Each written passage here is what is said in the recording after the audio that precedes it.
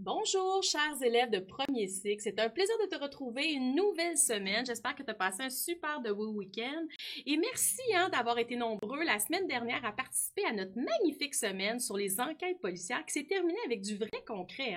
Cette belle entrevue avec deux policières super inspirantes du service de police de l'agglomération de Longueuil. Alors, il n'est jamais trop tard pour aller réécouter les capsules, réécouter les entrevues, sont encore disponibles sur le site de Succès scolaire. Alors, débutons cette nouvelle semaine avec des partages, puisque la semaine passée, je t'avais demandé de me partager, entre autres, un plan, une scène de crime, et cette scène de crime-là était ta chambre à coucher. Ben oui, et vous avez été nombreux à m'en envoyer, alors je te partage ce que vous avez fait, et on laisse place aux artistes, regarde bien. Alors, ici, on a Anne qui nous partage sa chambre à coucher, qui est super invitante, avec vraiment tous les petits éléments. On voit son bureau de travail, sa commode, et c'est un super plan, vu en vol d'oiseau de haut. Ensuite, ici, on a Florence qui nous partage aussi sa chambre à coucher. Elle semble avoir aussi un bureau de travail, des choses très colorées dans sa chambre. C'est très joli, Florence. On a Laurent ici qui nous fait le portrait de sa chambre, j'imagine, avec son grand lit, sa commode. C'est très réussi. Et je termine, je vais essayer de vous grossir ça pour que vous voyez un petit peu. Je termine avec Sandrine qui nous partage sa chambre à coucher, qui a été fait vraiment là, très très bien avec une feuille à carreaux, donc vraiment avec les proportions, son grand lit très coloré, avec ses commodes, plein de rangements. Alors je t'avoue que vos scènes de crime semblent davantage être douillet. Ça semble être plus douillet qu'être une scène de crime, mais vous avez de magnifiques chambres. Alors, merci de ce partage. Merci de t'être prêté au jeu du dessin vu de haut. Alors, pour débuter la semaine, aujourd'hui, j'aimerais faire avec toi, premier cycle, première et deuxième année, te montrer ta trousse pédagogique que ton professeur va t'envoyer, que ce soit aujourd'hui, au courant de la journée, peut-être c'est déjà fait, des activités que tu as à faire qui ont été envoyées par le ministère de l'Éducation. Alors, je vais commencer avec ça avant qu'on tombe dans notre nouvelle thématique. Alors, je te mets ça ici en grand écran. Cette semaine, ça parle ici en français du loup qui voulait être un super-héros.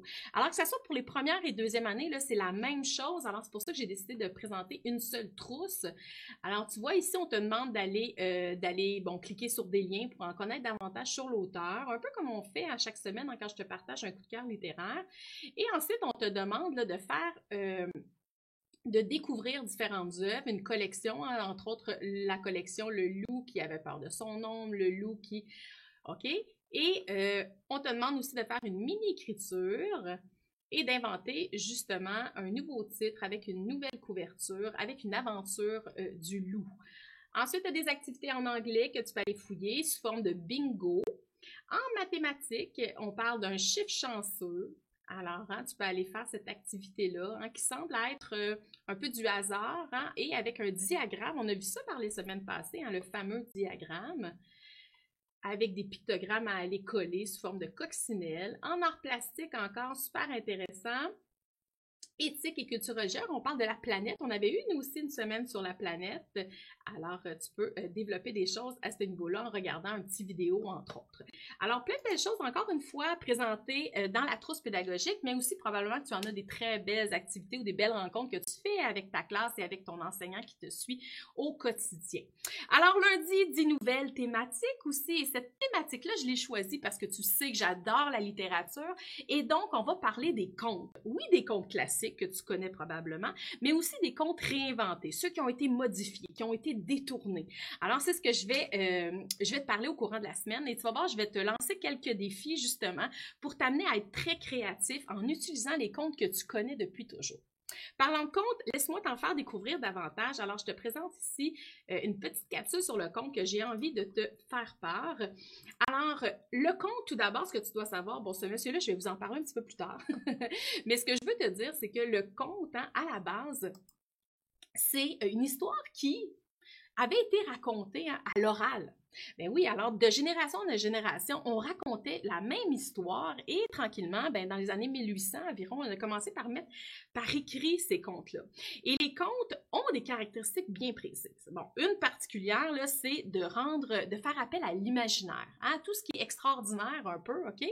Et ce qu'il y a de particulier dans le conte, c'est que malgré qu'il y a de la magie, malgré qu'il y ait des choses qui apparaissent ou des dons pour certains personnages, ça semble tout à fait normal dans l'histoire que ça existe. Autre chose, on ne sait jamais trop à quelle époque, dans quelle ville, dans quel pays ça se passe. Habituellement, il y a très peu d'indicateurs pour ça. Et finalement, ben, à la fin, ça finit dans la plupart des cas avec une morale, ou en tout cas, on peut en ressortir une morale. L'autre chose que je voulais dire, c'est que les contes à la base, là, étaient pas toujours très positifs. Ben non. Hein? À la base, c'était pas nécessairement juste adressé aux enfants, les contes.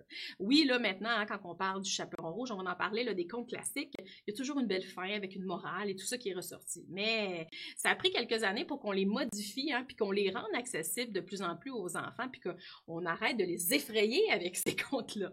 Alors, je te parle de deux auteurs, hein, c'est ce que je voulais te montrer. Alors, deux auteurs hein, qui ont été vraiment popularisés pour leurs contes qui sont devenus des classiques et que tu as certainement entendu parler durant ton enfance et même encore aujourd'hui, c'est Charles Perrault. Alors, tu vois, il est écrit 1696, alors ça date là, hein, de quoi? De 350 ans où est-ce que ces contes-là hein, ont été créés par Charles Perrault. Il a été très prolifique hein, dans les contes que tu connais de Charles Perrault, c'est certain tu connais Le Petit Chaperon rouge, et là tu le vois hein, sur l'image que je te présente, le loup a de l'air vraiment méchant, ok? Contrairement peut-être à des reprises de Walt Disney qui ont été faites.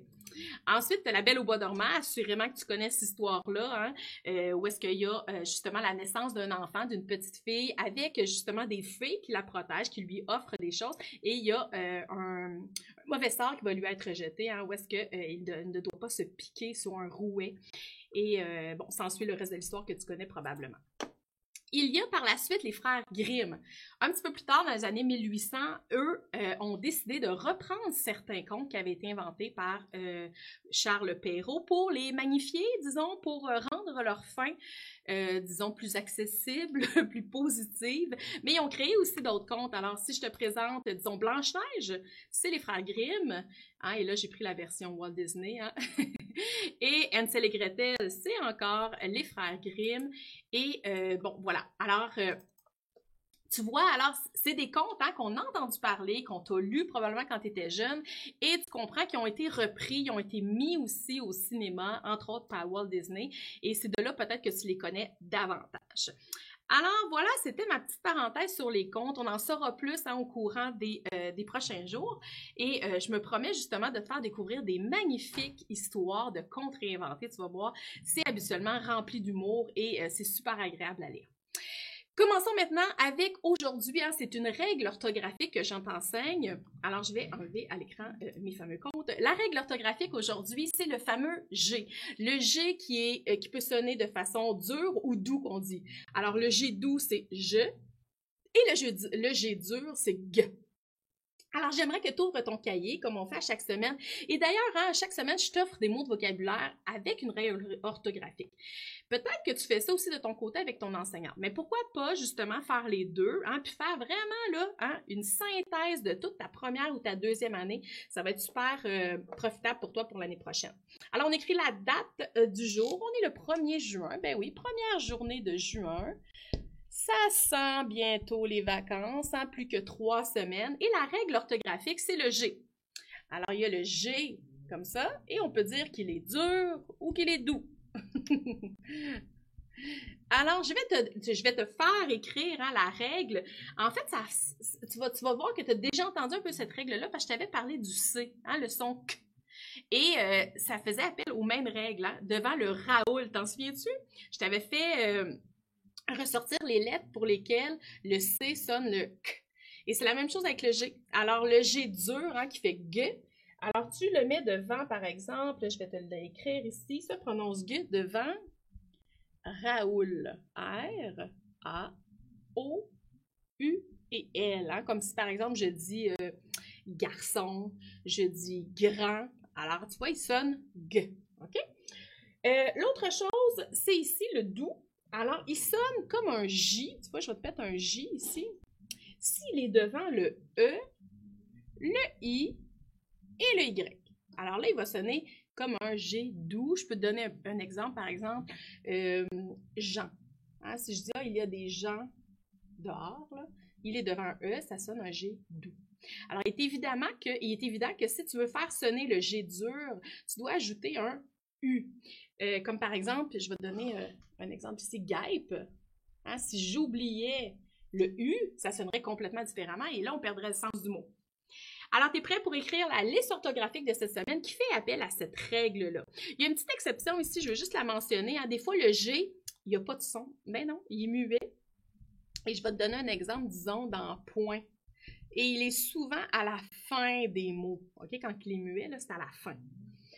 Alors, on y va. Je t'écris les mots de la semaine. Alors, le premier mot, c'est page. Alors, tu fais la même chose que moi. Tu les inscris dans ton carnet. Page. Ensuite, garçon. Ensuite, on a grand. Et là, tu te rappelles, hein, pour les premières, deuxième année, pour les premières, là, moi, je te lance toujours des petits défis de deuxième année. Alors, il y a des mots parmi ceux-ci qui font appel à des connaissances davantage de deuxième année, mais pourquoi pas te lancer là-dedans, hein? À la fin de la première année, là, on peut tranquillement plonger dans notre deuxième année. Alors, il y a long. Alors, tout ça, c'est des mots de première année. Et là, tranquillement, là, je m'amène en deuxième année. Orange, manger. Ensuite, on a image. Et le dernier, on va y aller avec légumes. Alors, je t'ai ressorti des mots qui font appel à la règle de cette semaine. Alors, si on les regarde un après l'autre, on a page. Alors, devant le E, on a dit que c'est un G comme un J. Alors, garçon devant le A comme Raoul. Grand devant le R comme Raoul. Regarder devant le A. Et là, tu peux tout aller les voir. Hein? Tu vois ici, le long, là, ça fait partie aussi d'une autre, dans l'exception des muets. Hein? Orange, manger, image et légumes. Alors, devant le U, hein? Autre chose que tu pourrais te noter aussi, c'est que quand on entend « je » à la fin des mots, « je », là, ici, là, comme image, comme orange, c'est toujours GE, OK? Dans vraiment presque tous les cas. Alors ça, tu peux t'en rappeler. Les classes de mots, tu te souviens, on avait des stratégies pour trouver les classes de mots. Hein, c'est d'aller mettre un déterminant devant ou d'aller vérifier si on peut mettre ne pas pour trouver un verbe. Alors ici, je peux dire la page, c'est donc un nom féminin. Je peux dire le garçon, c'est un nom masculin. Grand, est-ce que je peux le mettre au féminin? Grande, oui. Alors, vu que je peux le mettre au féminin, c'est donc un adjectif. Regarder, est-ce que je peux dire ne pas regarder? Oui, c'est donc un verbe. Visage, le visage, un nom masculin. Long, je peux le mettre au féminin, ça fait longue, alors c'est un adjectif. Orange, je peux dire la couleur orange, mais sinon je pourrais dire une orange. Hein? Un nom féminin. Manger, je pourrais dire ne pas manger, c'est un verbe. Image, une image, un nom féminin. Légume, un légume, nom masculin. Puis là, tu sais, je vais un petit peu vite là, parce que je veux te montrer plusieurs choses aujourd'hui, mais rien t'empêche de faire pause, d'aller noter tous tes mots, d'aller noter tes classes de mots, et ça va te servir justement d'études pendant la semaine. Et là, on en a développé différents moyens que tu peux prendre pour les étudier, mis à part la mémorisation, là, comme ça, on les éplanche. Il y en a plein d'autres, il y a des petits jeux aussi pour le faire. Ça va pour les mots de vocabulaire? Alors, c'est ton étude de la semaine. Avec ces mots-là, j'ai essayé de te faire des phrases, en fait, une phrase qu'on va analyser ensemble. Alors, j'ai fait ça. Je t'ai laissé le temps d'écrire. C'est bon? Alors, on y va avec la phrase. Phrase de la semaine que je vais analyser aujourd'hui. En fait, on va aller essayer de repérer, au premier cycle, on essaie de repérer les groupes du nom, parce qu'on s'en vient pro là-dedans. Alors, on y va. La phrase de la semaine, tu l'inscris elle aussi. Et tu peux essayer d'aller trouver toi-même, pendant que j'écris, les fameux groupes du nom, qui sont composés de quoi un groupe du nom? D'un déterminant, d'un nom, et des fois, il y a même un adjectif. Alors, on y va, la phrase va comme suit. Le garçon et sa sœur admirent. Le garçon et sa sœur admirent les pages dans un livre de contes. On parle de contes alors cette semaine. Ça fait référence à ça. Alors, si je regarde la phrase, n'oublie pas, hein, une phrase commence toujours par une lettre majuscule, ma loupe, et un point, parce que moi, ça me fait penser à une rondelle d'hockey. Je compte un but et je fais un point. Alors, voilà. Une fois que j'ai fait ça, j'essaie de trouver mes groupes du nom. Un groupe du nom, c'est une personne, une chose, un endroit. Alors, un garçon, c'est une personne. Ça donne son accord au déterminant. C'est donc un nom masculin. J'ai donc un premier groupe du nom. Tu as vu ici? J'ai un deuxième groupe du nom ici, hein, qui donne son accord au déterminant. Un nom féminin. J'ai un autre groupe du nom. Est-ce que tu en vois un autre? Un qui est au pluriel. Tu le vois, hein? Les pages, on dit une page, alors c'est un nom féminin, mais il est aussi au pluriel. Hein? Alors, il donne son accord à les. Il ne faut jamais oublier de mettre son S quand c'est au pluriel. Moi, j'en vois un autre, un objet. Tu vois? Un livre, un nom masculin avec le déterminant 1. Et là, tu as vu, c'est pas n'importe quel livre. On parle d'un livre de contes. Alors, tout ça, là, hein, ça va ensemble parce qu'on ne peut pas les séparer. Sinon, je te dis un livre, tu peux penser à un livre de recettes. Hein, il faut que tu saches que c'est un livre de contes. Alors, j'ai un groupe du nom, deux groupes du nom, trois, quatre. Hein? Alors, j'ai plusieurs groupes du nom. Et maintenant, le verbe, tu sais, hein, le verbe, je peux l'encadrer par ne pas. Alors, ne pas. Et des fois, c'est N apostrophe, comme dans ce cas-ci. Le garçon et sa sœur n'admirent pas. Alors, j'enlève le ne, là, c'est un apostrophe. N'admirent pas les pages dans un livre de contes. Et là, je te pousse un petit peu plus loin, première, deuxième année, tranquillement, en l'entendant. Je te pose la question, qui est-ce qui admire les pages dans un livre de contes? C'est ces deux personnes-là, hein? Et ça, on appelle ça celui qui fait l'action d'admirer. On dit un sujet. Tu vas apprendre ça en davantage au deuxième cycle. Ça va pour la phrase de la semaine. Alors, une fois que tu as écrit ça, je t'invite à en écrire peut-être deux autres à la maison. Tu prends les mots de vocabulaire que je t'ai donnés cette semaine et tu inscris deux autres phrases en t'inspirant de ce vocabulaire-là. C'est un super de beau travail à faire et après, tu te fais corriger par ton prof, par tes parents, par ta grande sœur ou ton grand frère. Alors, je t'ai fait ça et je vais te lancer, peut-être que tu l'as entrevu tantôt parce que je suis allée vite dans mes diapositives, ton défi du jour. Ton défi du jour, je l'aime particulièrement parce que ça fait appel à tes talents de dessinateur, OK? Et surtout, c'est un art qui fait appel aussi à tout ce qui a rapport avec les technologies, OK? Avec l'informatique. Est-ce que tu sais de quoi je parle? Je te montre ça?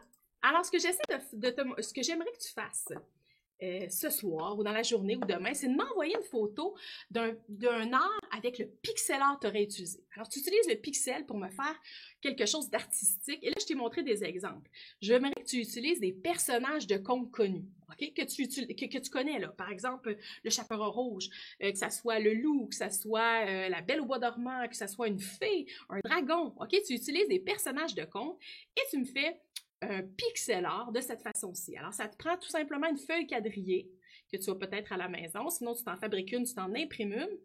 Et tu me fais un personnage. Et là, il y en a plein sur le web. Tu peux aller fouiller pour t'inspirer. Et tu me prends ça en photo. Tu te souviens comment tu me fais le partage? Comme à l'habitude, alors c'est le hashtag la classe en ligne, le commercial succès scolaire. Et tu me publies ça sur le réseau social de ton choix, que ce soit Facebook, Instagram, Twitter. Et moi, ça va me faire vraiment plaisir, mercredi, de partager justement les magnifiques œuvres d'art que tu m'auras fabriquées. Maintenant, j'aimerais te dire que ce mardi, donc demain, j'ai la chance de recevoir Michael Kinsbury. Je ne sais pas si tu le connais. En fait, c'est un grand un skieur entre autres à bosse, mais un skieur acrobatique. Et c'est comme la deuxième génération de Jean-Luc Brassard. Hein? On l'avait reçu en début de saison, hein, les premières fois qu'on avait fait les capsules. Je m'étais entretenue avec lui et lui, là, Michael, il est revenu fin de l'hiver, il est revenu et il est un grand champion mondial, OK, dans sa discipline. Alors, il va venir nous parler de son parcours, de ses grandes réussites et il y a même des défis. Hein? Oui. Il veut atteindre un record et ça, il va nous en parler mardi. Alors, je t'invite, si tu as des questions déjà, à me les envoyer et sinon d'être présent au Facebook Live à 16h30 demain.